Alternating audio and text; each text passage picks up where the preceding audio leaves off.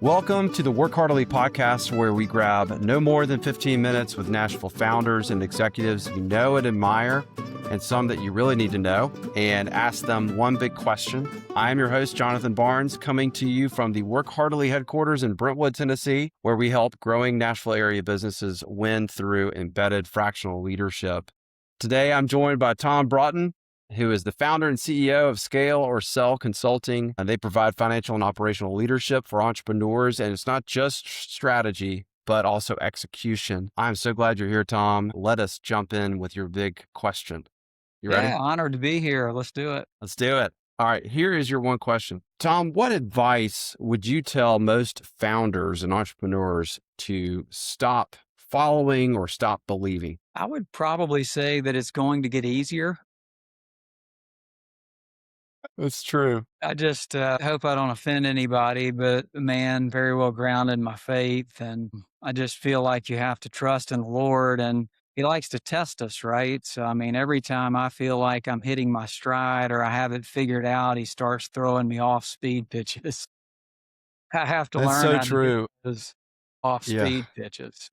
Well, they say, hardship, that's where you actually grow in a lot of ways. Walking through those kind of hard times is where growth actually happens. Yeah, and I mean, as you know too, Jonathan, having been I guess, started multiple businesses now in your career, you directionally know where you're headed, but you don't know the speed at which you're headed to that destination, and you have to be willing to pivot. So it just struck me a couple of weeks ago on one of my walks when I was listening to the Maxwell Leadership podcast, and Mark Cole, who now runs Maxwell's organization, was just talking about business leadership, entrepreneurship, and frankly, anything worthwhile in life is a constant uphill climb. So it's not Yeah. like it gets easier, and the higher altitude you get to, the scarier it is, even at Yeah. times. Yeah. I would say that's a great analogy for the journey of an entrepreneur or a business leader. You think through it. Sometimes you have really steep switchbacks. You got to go up, and sometimes it's pretty level, but it's still constantly going up. You're right.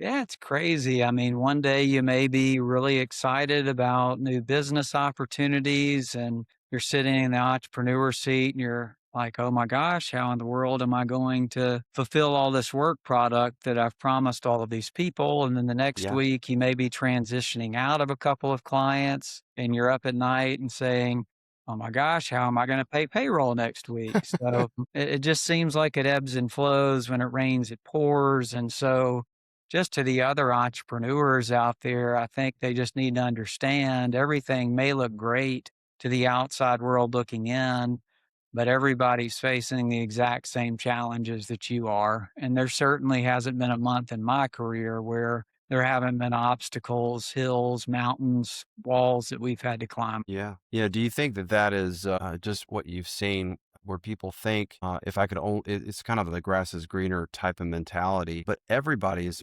dealing with massive, obstacles at some point in their career. And sometimes smaller ones kind of, culminate in some sort of massive obstacle, right? There's small ones along the way. What, obviously rooted in your faith in the Lord and his plan, but what have you felt like is a good practice, daily, weekly, monthly, to keep you grounded, to help you think through all those things and to keep the right perspective, especially when people are saying, this is, entrepreneurship is glamorous, it's perfect, it's fun, and you are your own boss. I know I've told people, when you are your own boss, it's actually really frustrating because you can't really fire that guy if you disagree with him or you don't like what he's doing.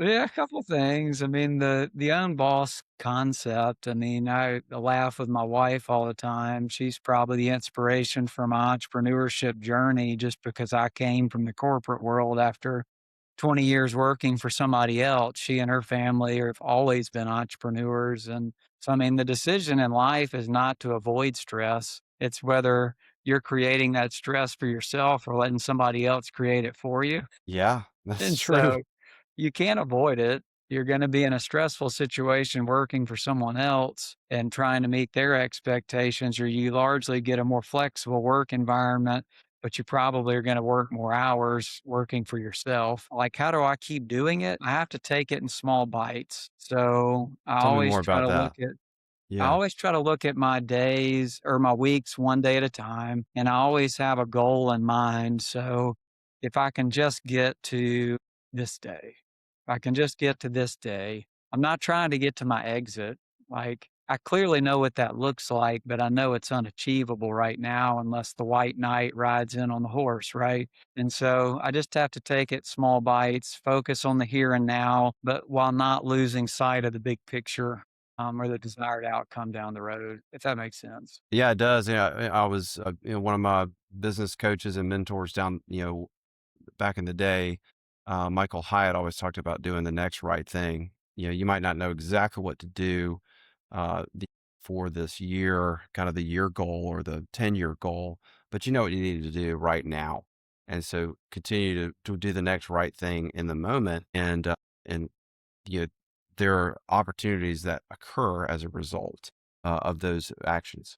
Yeah, it's a great call out. I mean, one of the other podcasts I was listening to, this may be another shout out to the Maxwell crowd, but the most important determining factor in your next decision is the first decision.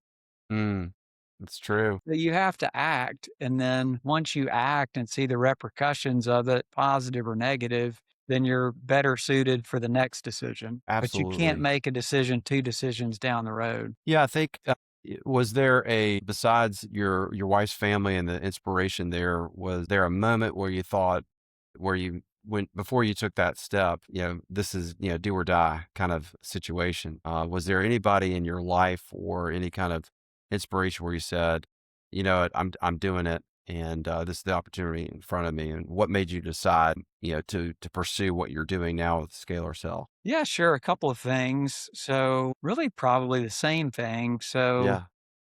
just experiences throughout my career working for other people. I didn't like the way that they were leading others. I never really liked the outsourced CFO consulting approach. I knew it was broken. And so I would say my inspiration was from a gentleman named Doug Shoemate that was the public company CFO. And he liked to roll up his sleeves, get his hands dirty, get in the trenches with his clients. And so he was the inspiration, and then the reason for my leadership style is, and I'm not always good at it. So, like, sometimes you have to I do as would I say, not as I do. Yeah, well, I'll say this, just for the listeners. I have worked closely with Tom on several different projects, and with other clients, we've worked together. And he and his team do excellent work. But Tom's leadership is, I would say, steady and very solid advice. But you've not been super emotional. I don't know if you've ever been accused of that, but it's actually an endearing quality,